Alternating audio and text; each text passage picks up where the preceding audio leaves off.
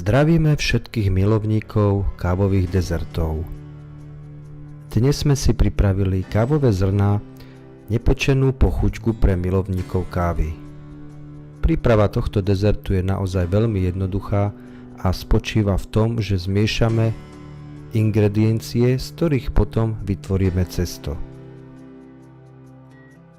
Budeme potrebovať 250 g masla, 500 g práškového kakavového pudingu, my sme použili puding Bebe,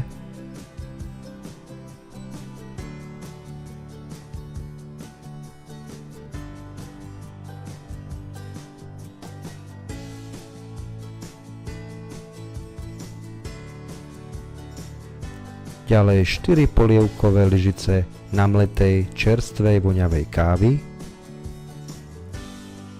250 g práškového cukru, 2 žltka a 2 polievkové lyžice rumu. Keďže robíme iba polovičnú dávku, my sme použili polovičné množstvo z týchto ingrediencií, ale recept uvádzame v jeho pôvodnej podobe, čiže s pôvodnou gramážou.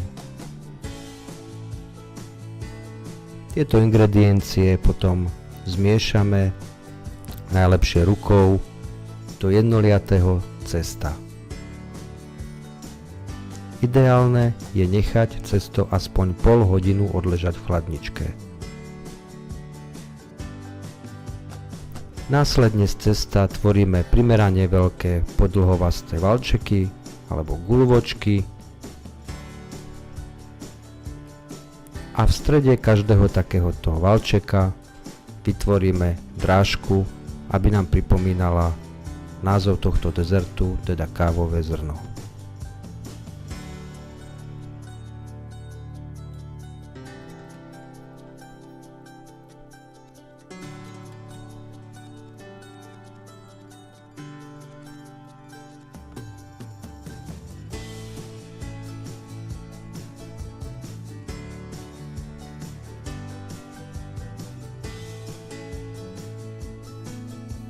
Ako iste viete, pri pečení akéhokoľvek koláča alebo dezertu si treba dávať pozor na zlodejov.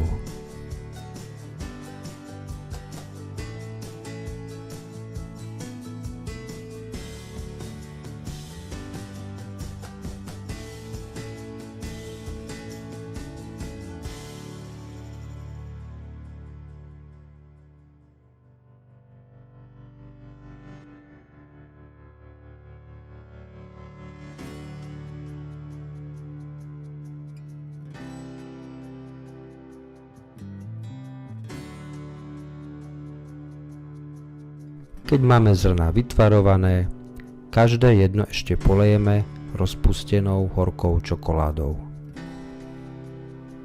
Tieto zrnká potom necháme vyschnúť, prebytočná čokoláda stečie.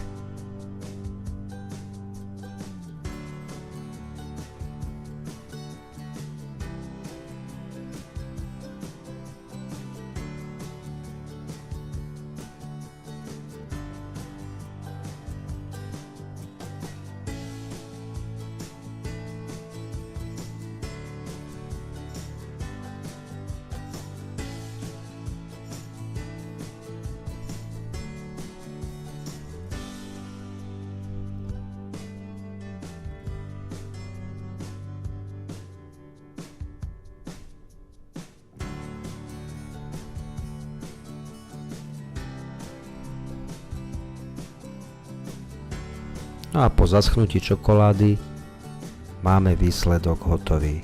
Neostáva nič iné, iba servírovať a uvariť si k tomuto dezertu výbornú kávičku. Ak sa vám video páčilo, nezabudnite začať odoberať náš kanál a pozrite si tiež našu aktivitu na sociálnych sieťach.